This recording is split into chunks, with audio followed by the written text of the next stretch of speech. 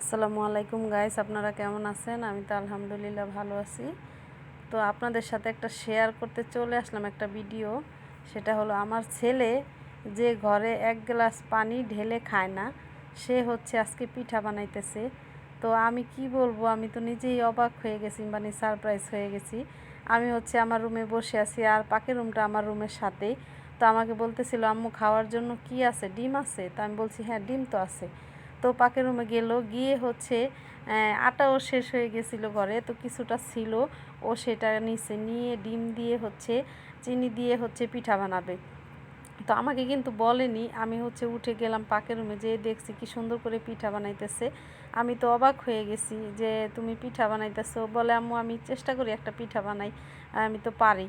তো এই তো পিঠা বানিয়ে তারপরে আমার সামনে, আমি খাটে চলে আসছে, আমার সামনে নিয়ে আসছে একটা পিঠা। দেখুন পুরো একদম ছাই হয়ে গেছে, কিন্তু তারপরে আমি অনেক খুশি আমার ছেলে পিঠা বানাইছে। আমি তো অবাক হয়ে গেছি। তো কার কার ছেলে এরকম অবাক সারপ্রাইজ দেয়, সবাই কমেন্ট করে জানাবেন।